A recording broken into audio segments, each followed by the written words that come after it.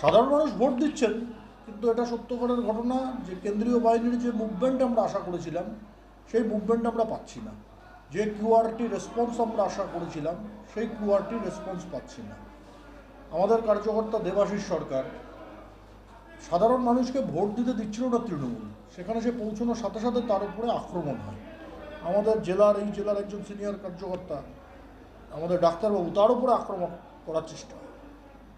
বারবার QRT team, যারা পুলিশের স্পেশাল অবজারভার, তাদেরকে খবর দেওয়া হচ্ছে, কিন্তু যে ফাস্ট মুভমেন্ট সেন্ট্রাল ফোর্সের থেকে আমরা আশা করি সেটা পাচ্ছি না।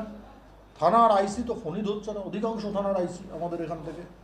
কিন্তু তার মধ্যে যেভাবে সাধারণ মানুষ স্বতঃস্ফূর্তভাবে ভোট দিতে হওয়ার চেষ্টা করছে, সেই জনগণের স্বতঃস্ফূর্ততার কারণে তৃণমূল হেরেই যাবে, এটা আমি বলতে পারি।